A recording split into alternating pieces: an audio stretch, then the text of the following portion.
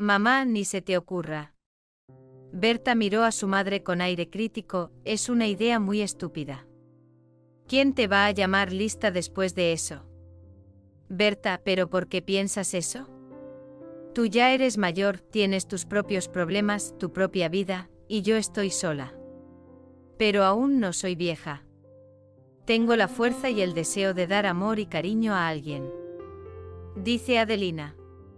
Cómprate un gato o un perro pequeño y tendrás a alguien a quien cuidar y querer. ¿Por qué complicas tanto las cosas, mamá? Berta frunció el ceño. Hija, te he dedicado toda mi vida. Trabajo con niños en la escuela. Pues no puedo quedarme sola en casa. Sobre todo después de la muerte de mi padre, Adelina suspiró, no lo entiendes. Búscate un hombre después de todo. Cuídalo, quiérelo. Pero esta idea de tu tutela es una estupidez.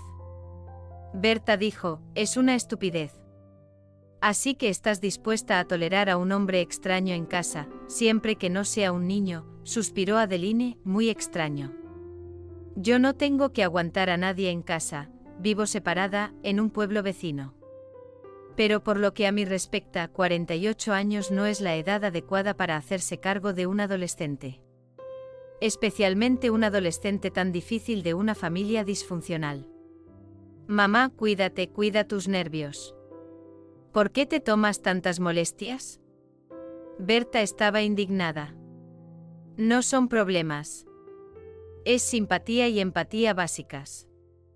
Ya sabes que Inesa es mi prima. Bueno, así es como nació. ¿Qué debo hacer ahora? ¿Meter a sus hijos en un orfanato? Dijo Adelina. En primer lugar, ella no nació. Tu Inesa eligió ella misma este camino. Por lo que sé, sus padres son gente bastante acomodada. Tú misma me lo contaste.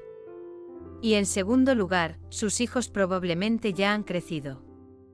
Han estado en internados durante mucho tiempo. George es el único que queda.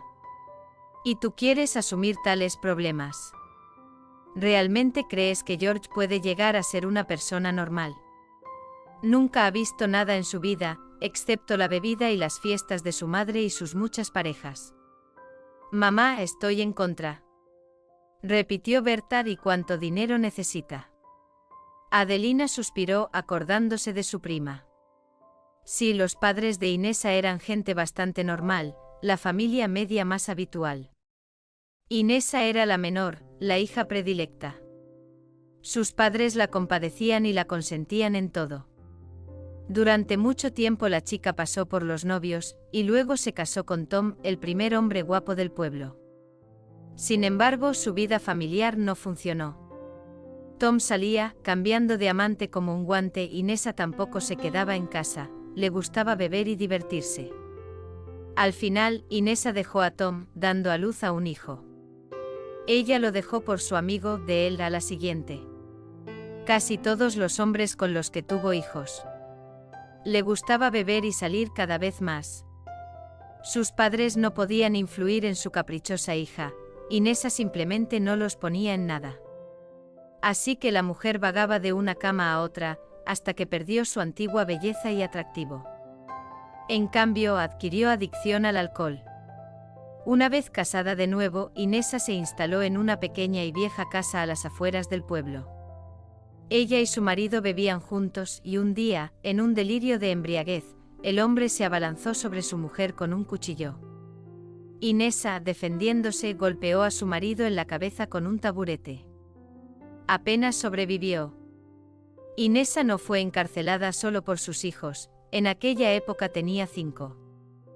George, el más pequeño, acababa de cumplir 3 años.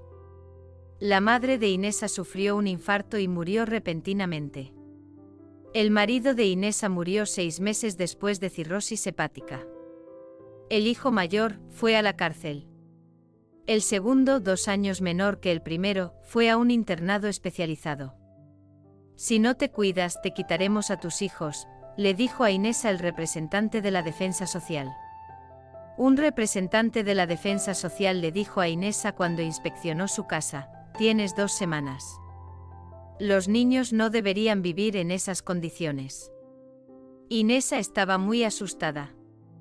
Incluso empezó a beber menos. Por fin limpió la casa, pegó el papel pintado en las habitaciones, hizo sopa fresca. En general, los niños se quedaron con ella, decidieron que estarían mejor con su madre que en un hogar infantil. Sin embargo, Inesa se corrigió por poco tiempo. Un par de meses después volvía a beber como antes. George se sorprendió de haber vivido hasta los 13 años. George no había visto en su vida más que alcohol, la cara de resaca de su madre, peleas de borrachos y un viejo barracón con el papel pintado roto y moho en las paredes. La comida del comedor escolar le parecía divina, ya que a menudo era la única comida del día. George no había aprendido a leer en inglés en 7º curso, pero había aprendido una simple verdad: el más fuerte tiene razón. En la escuela primaria, George sufría a menudo el acoso de sus compañeros. No es de extrañar, era débil, vestía harapos, siempre tenía hambre y estaba sucio. Su madre no creía necesario cortarle las uñas cada semana ni hacerle lavarse la cara por la mañana. George siempre estaba abandonado a su suerte. Y no sabía qué hacer consigo mismo a la edad de 7 años. Los niños son crueles. Sus compañeros de clase se reían de George. De su ropa ridícula, de sus cuadernos arrugados y sin tapas, de su melena pelirroja sin lavar. El niño se sentaba en el último pupitre. Nadie quería sentarse con él, se burlaban de él por sucio y apestoso. George intentaba apretujarse en su pupitre para pasar lo más desapercibido posible, por si acaso no le llamaban a la pizarra. Cada vez que salía a la pizarra, era una desgracia, el chico se perdía, empezaba a tartamudear y no podía responder a las preguntas más sencillas. Los niños de la clase empezaron a reírse, lo que confundió aún más a George. «Tu madre está loca». Los niños se rieron de George. Ayer estaba tirada en la puerta de la tienda, todo el mundo la vio. En su pequeño pueblo todos se conocían. E Inesa, de hecho, más de una y más de 2 veces se emborrachó tanto que se quedó dormida donde bebía. «Déjame en paz». George frunció el ceño. «No me toques. No hables mal de mamá. Todo el mundo es libre. Y tú, George, ven a verme». El profesor de gimnasia le dio una palmada en el hombro al chico. «Pero yo no he empezado». «De verdad», dijo George con lágrimas en los ojos, «yo no he sido. No ha sido culpa mía». «Ya lo sé». El hombre suspiró. «¿Crees que no veo lo que está pasando?» Martín trabajó en la escuela el primer año, vino en prácticas. El hombre vio cómo George era tratado por sus compañeros y sintió lástima por él. Su alma aún no se había endurecido con la rutina de la escuela. Venía de una familia igualmente disfuncional, lo único que le había salvado era que su abuela le había acogido. Martín había acogido a George. No literalmente, claro, pero aún así. El hombre se ofreció a ayudar al chico en todo lo que pudiera. Le explicó a George que todo en su vida dependía de él. Por sugerencia del profesor de gimnasia, George empezó a hacer deporte y a cuidar de sí mismo. Se dio cuenta de que podía lavar su propio chándal o sudadera con capucha y que era posible tener un aspecto limpio y ordenado sin llevar ropa nueva. Martín enseñó a George no solo a boxear, el hombre era entrenador de la sección de boxeo, sino que también le dio confianza en sus propias capacidades. Por supuesto, esto no llegó de golpe. A George le resultaba difícil e incluso le daba miedo enfrentarse a las dificultades, pero Martín le enseñó a no rendirse. El resultado no se hizo visible al instante. Sin embargo, al cabo de 2 años nadie se atrevía a tocar a George. Había cambiado visiblemente, tenía confianza en sí mismo y ya no se sentía una víctima. Si acaso podía defenderse sin vacilar. He oído que se han llevado a tu madre en ambulancia. Dicen que tiene cirrosis. Está borracha. Seguramente pronto seguirá a su marido, dijo despectivamente el compañero de clase, mirando a George, y a ti seguramente te llevarán a un internado. ¿No tienes miedo de emborracharte tú también pronto? La herencia es así. No me emborracharé. Y no hables así de mi madre. George, que estaba muy preocupado por su madre, siseó enfadado: vete a donde vas. Mira qué mansos somos. Acabarás igual que tu madre en un callejón. El compañero fue lanzado contra la pared de un fuerte golpe. Martín, que era entrenador de boxeo y profesor de educación física, fue despedido al día siguiente. Para entonces la madre del compañero ya era la directora del colegio. George fue inscrito en un registro escolar. La Comisión de Protección Social iba a estudiar el caso de apartarlo de la familia. En ese momento murió la madre de George y la cuestión de su futuro se agudizó. Martín, que probablemente habría asumido la tutela del niño, no tenía un lugar propio donde vivir, y ahora no tenía trabajo fijo. No tenía familia, y los hombres solteros, como sabemos, rara vez tienen hijos. La hermana y el hermano mayores de George no tenían tiempo para él. Nadie les dejaba a ellos, gente del fondo social, hacerse cargo de la custodia del niño. George no tenía otros parientes cercanos, y a sus parientes lejanos les importaba un bledo, no querían saber nada de un adolescente disfuncional. Excepto Adelina. La vecina de Inesa la llamó, había dejado su número de teléfono por si acaso.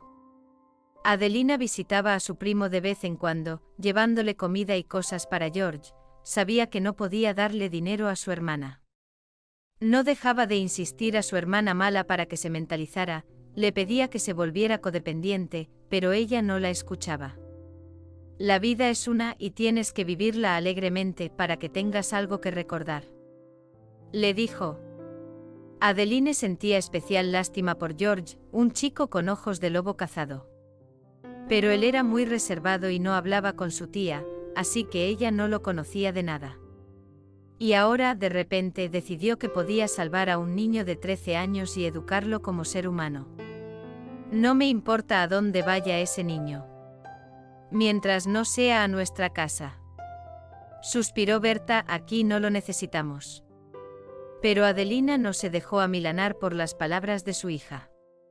Consideraba que había cumplido plenamente con su deber paterno hacia su hija mayor, que se había graduado en el instituto, se había casado y estaba criando sola a su hija. Por cierto, vivía en un piso comprado por su madre. Adelina había vendido la casa heredada de sus padres y comprado un piso para su hija y su hijo. El hijo de Adelina se iba a graduar en un instituto de una ciudad vecina. No iba a vivir con su madre ni iba a volver a su ciudad natal. La mujer le comunicó por teléfono su decisión de llevarse a George. El chico estudiaba y trabajaba, por lo que prácticamente nunca estaba en casa. Mamá, haz lo que creas conveniente, es cosa tuya. Pero no te quejes después.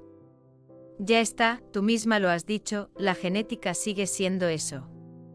Si no te asustan las dificultades, adelante. Berta me dijo que no podía hacerte cambiar de opinión. Está totalmente en contra de tu decisión, ya lo sabes. Y para ser honesta, no me importa. Adelina colgó. Lo que más le molestaba últimamente era ese como sea tan guay. La mujer no entendía cómo su hijo se había vuelto así, ajeno e indiferente. Había invertido todas sus fuerzas, toda ella misma, en sus hijos. Ahora su hija se consideraba una reina, cuya opinión debía tenerse en cuenta por encima de todo, y su hijo se había vuelto tan distante que parecía haber olvidado que tenía una hermana y una madre. Adelina se quedó con George después de todo. Se quedó con la custodia del niño. No puedo decir que el niño estuviera muy feliz por ello. Al menos no lo demostró. Pero estaba contento de no tener que ir a un internado. Esta es tu habitación. La mujer condujo al chico a la espaciosa y luminosa habitación donde vivía Slavik. Ponte cómodo. Esto está demasiado limpio. El chico sonrió, mirando a su alrededor. Puedes ordenar, colgar carteles. De hecho, acomódate. Un par de días más tarde, la habitación de George parecía completamente arreglada, una taza de té sucia sobre la mesa, un par de calcetines gastados debajo de la cama, cosas tiradas en el sillón, envoltorios de caramelos debajo de la mesa. Cuánto tiempo y esfuerzo había tenido que invertir Adeline para conseguir que George limpiara. Cuántas veces había hablado con él para que lo hiciera. Igual que lavarse todos los días, cambiarse los calcetines o lavarse los dientes, eran cosas que el chico no quería hacer y que no le gustaba hacer. Simplemente porque no estaba acostumbrado. Sin embargo, como se suele decir, el agua afila la piedra. ¿Qué es esto? Adelina miró las notas en el diario electrónico de George. Eran en su mayoría naranjas y rojas, 2 y 3. No quiero estudiar. Terminaré 9 grados e iré a la universidad. George dijo: no quiero estudiar. Escucha, tú también tienes que estudiar para terminar el 9º curso e ir a la universidad. Con esas notas ni siquiera pasarás a 8º, te quedarás en 2º. ¿No puedes esforzarte un poco más? A partir de ese momento Adelina comenzó a supervisar los deberes de George. Sí, no fue fácil. Al principio al chico le daba vergüenza leer párrafos en voz alta delante de ella, incluso leía mal, despacio y tartamudeando. Pero Adelina no lo criticaba, sino que lo alababa. Le elogiaba por cada pequeña cosa, por cada pequeño éxito. Le enseñó matemáticas desde lo más básico. La mujer era profesora de matemáticas en el mismo colegio al que asistía George.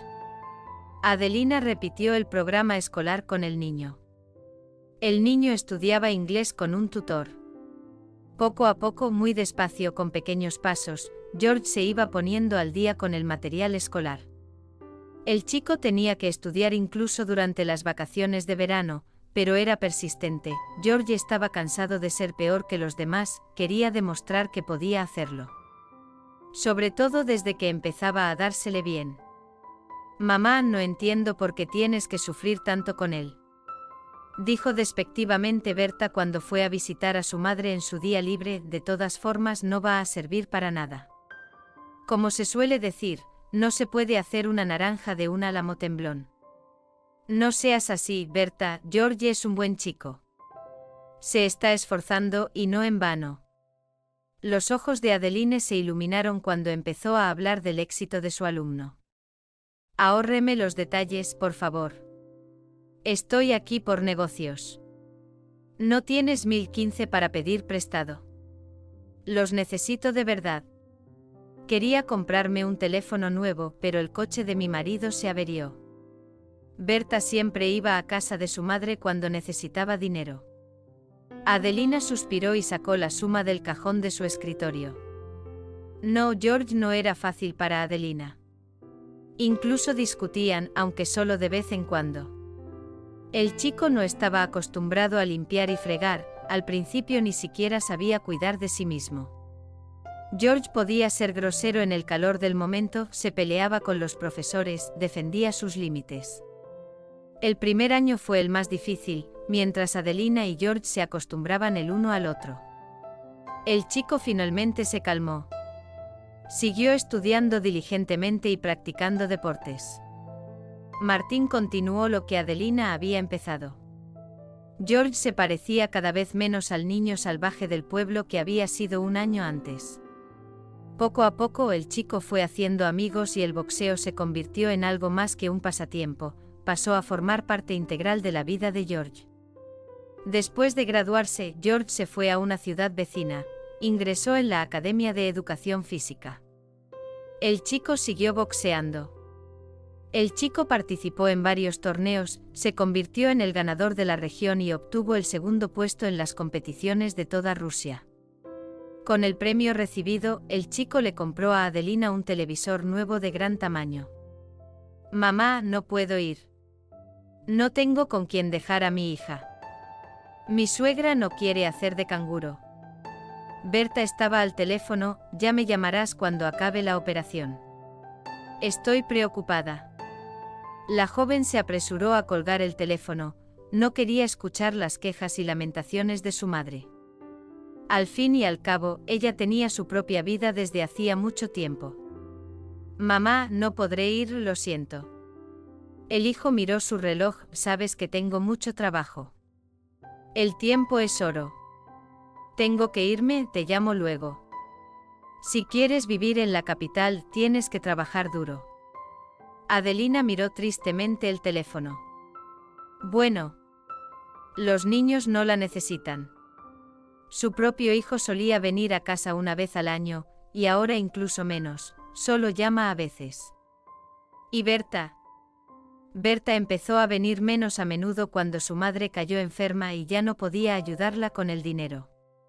Antes venía una vez al mes desde el pueblo vecino, pero ahora lleva 2 meses sin venir. Adelina, ¿por qué estás tan triste? Tu hijo ha venido a verte. Sonriendo, una joven enfermera abrió la puerta de la sala. Qué raro, porque mi hijo dijo que no podía venir, pasó por la mente de la mujer. George entró en la habitación. Puso una bolsa de fruta en la mesilla de noche y entregó a la mujer un ramo de margaritas, sus flores favoritas, y se sentó en una silla junto a su madre. ¿Por qué no me has llamado? Vine aquí y mi vecina me dijo que estabas en el hospital. Tienes una competición, no quería molestarte, dijo la mujer en voz baja. Se dio cuenta de que George no era su hijo y no le debía nada. No tenía por qué quererla ni cuidarla. Sus propios hijos no querían hacerlo, y él no debería. El concurso ha terminado, he aprobado la sesión. Así que me quedaré contigo un tiempo. Mientras sales del hospital, dijo George con firmeza, necesitarás ayuda, ¿no? Adelina no discutió con él. De pronto se sintió tranquila, había criado a un hombre de verdad y a un hijo precioso. Muchas gracias por vernos. Nos vemos en los próximos vídeos. Suscríbete a nuestro canal. Te deseamos lo mejor.